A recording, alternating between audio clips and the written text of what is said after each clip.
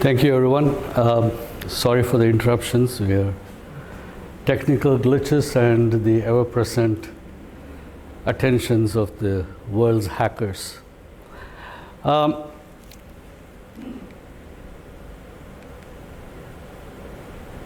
are three parts to a memorable and powerful talk. This particular talk did go viral, but it's not so much about virality that I'm really interested in. We all are speakers in this room. We all have a burning commitment to having our message make a difference in the lives of those who hear what we speak. And therefore, what I'm about to share is partly the lessons that I was taught by coaches and the ones that I also discovered by trial, error, and accident. The first is a talk structure that activates cognitive resonance. A message that does not activate the neuronal methodologies that operate in all of us to determine the quality of our experience will fall flat. Let me explain it further. Each one of us have brains that process the stimuli that come to us. There are ways of crafting your message that powerfully impact the experience of the listener.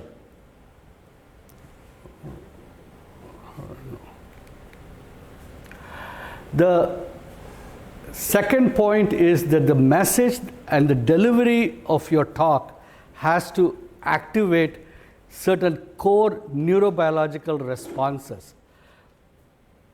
People talk of this as connecting with the audience, raising goosebumps, making them laugh, weep, exult in joy. But all of those are basic neurobiological responses. And you can engineer and design your talk and practice your delivery to actually accomplish that. And the last part of going viral is to engage the community in what I call the viral waterhole effect. Put these three together and any talk will be memorable, remembered, reproduced and shared by people, and if it's shared enough, it becomes viral. If you listen to my talk, the first 10 seconds, there's a hook that I grab directly. I usually use either a question or a challenge, and in my case, it was started off with a question. How many of you have seen an elephant? I mean, not like far away from your zoo, like up close, right next to you, like this one.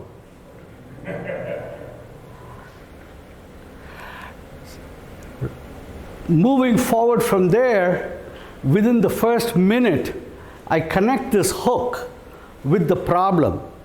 Why does it matter? Why does this talk matter? In what way is it going to make a difference in all your lives?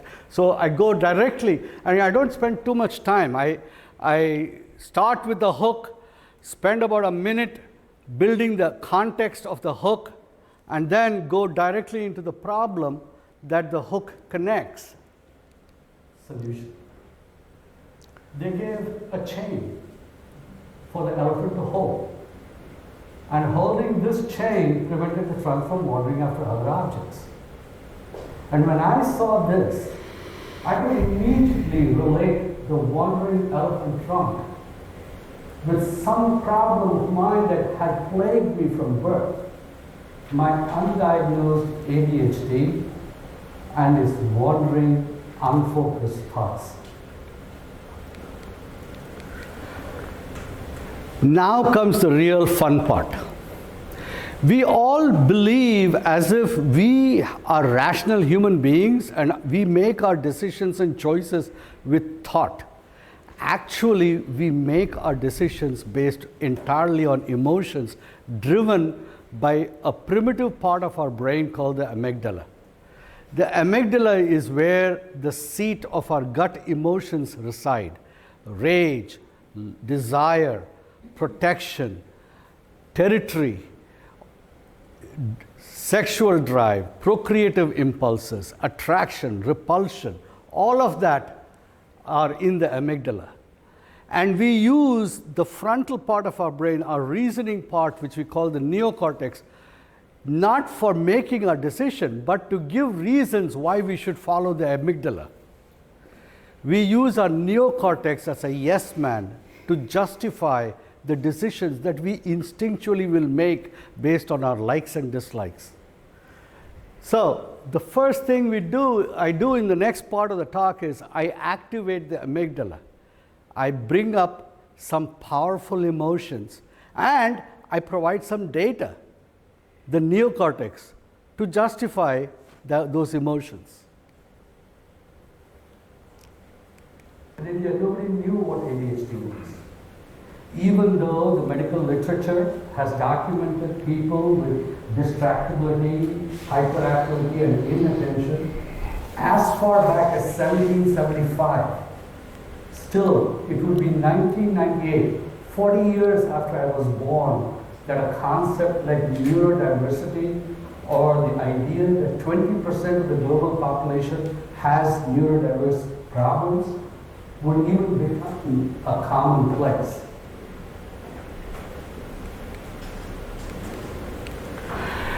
Now I go deeper. I really start triggering deep emotions in my audience by tapping into really emotional situations for my own life. And this idea of focus was something that fascinated me and frustrated me. What is this thing called focus, I wonder? What does it look like? How do you do it? But no one was able to teach what they meant by focus or demonstrate how I could achieve it. Everyone has examples in their life where they were told to do this or that, but given inadequate guidance. The frustration and conflict that we all experience gets very easily relatable between me and the audience at this stage. And now we go into pain, frustration, humiliation. This problem of mine was not trivial.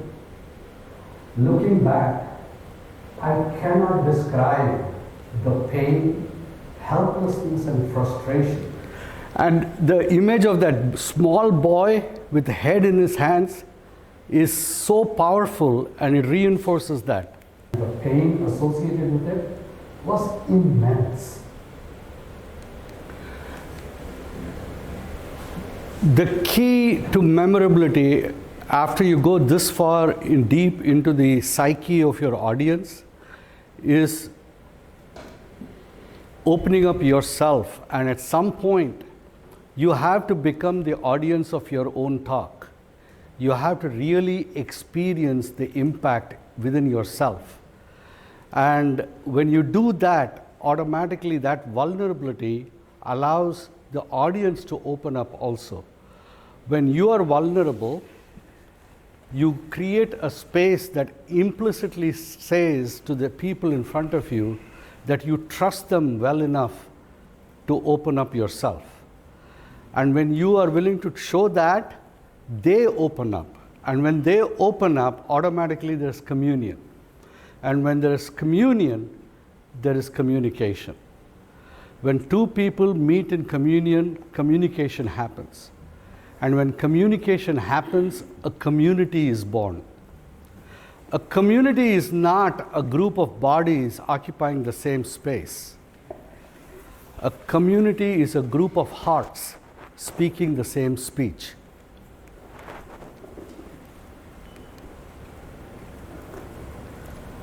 Surrounded by judgment, diminished by comparison, and without the nourishing space of empathy, understanding, and mentorship, I lost my laughter. I became quiet, withdrawn, isolated from friends, family, and peers.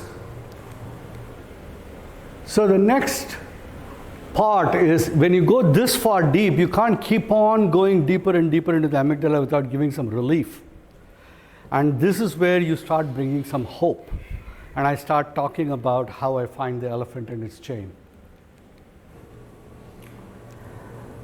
I languished like this for about a year in a local community college before I managed to somehow get admission into a small state medical school. And then, but my path to focus and my struggle with it was not over. This is where I introduce the through line for the whole thing. And then throughout the talk, I'll frequently bring back the image of the elephant in its chain as an implicit, silent message that keeps reminding the audience about this through line, even though I may not be speaking. So I use the image and my language back and forth.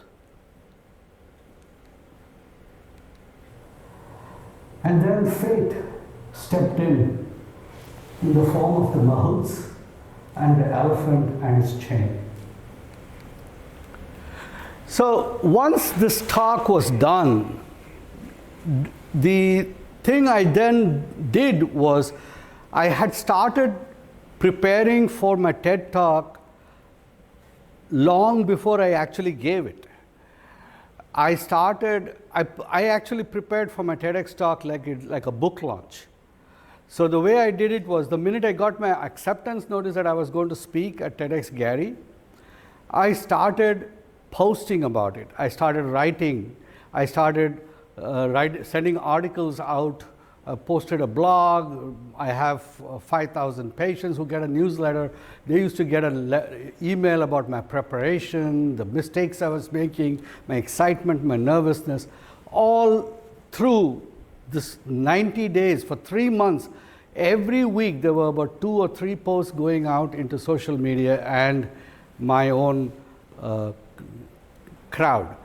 As it kept on going, what was happening was I was basically creating a message virality. I was infecting my community. I was creating my own group of people and taking them with me, along with me on my TED journey. And so I had posts about the talk, and by the time I actually gave my talk, I had written enough material to write a book. And once I wrote the book, I just went on Amazon and posted it up, published it on Amazon. But I did something more than that. In the book, I copied something from biology. When viruses go out, like COVID virus, for example, the COVID virus didn't just jump out of nature by itself. If you look at the genetic structure of it, it has synthesized within it the best snippets of genes from other viruses that were successful into its own DNA. So my book had links to the best talks ever spoken as examples of how to craft the message. Then I added links to every other speaker who shared the stage with me. I wrote about the restaurant in Gary, Indiana that I had my breakfast, lunch, and dinner, posted their website into my book. The Airbnb, their website went into my book. Everyone got promoted along with me. I call this the viral waterhole effect. That is, in Africa, in the savannah, in the water holes, you will never see animals drinking water alone. They'll come there as a herd, and not only will they come there as a herd, they'll come as a diverse herd. You will see antelope, zebra, warthogs, elephants, giraffes, wildebeest, all congregating on the same waterfall. Even though the water is scarce and the resource is limited, they are all gather because in that group, they keep each other safe from predation. So what happens then is that they all get the chance to drink water, maybe not fully, but at least some of it, but all of them get to stay alive, because just drinking water alone or staying alive alone is meaningless. Both needs to happen. I did the same thing. Links to my fellow speaker talks, link to top TED Talks, all in the book, and then distributed the book as well as links to my TED Talk to my community, and told them they are free to share it. It exploded all over my high school in India, where I graduated 50 years ago. They had a watch party and they started sharing it all over the place. Everyone in Gary, Indiana started sharing it. You know, all the speakers who shared my stage shared it because they were there in the book. So the idea which I have used in my business, in my work, is I never try to win alone. When you win as a group, you win big. Or even if you don't win big, you'll always win bigger than if you ever try to win alone. And that's the story of this. And this is how the red line is the trajectory of views of my talk, and the yellow line is the trajectory of the COVID pandemic. Look at how it matches. I didn't realize it matched so well, actually, until recently when I went onto the World Statistics website and pulled out the COVID mortality rate. It right across the board. I basically used a virus to replicate my talk. That's it. Thank you very much.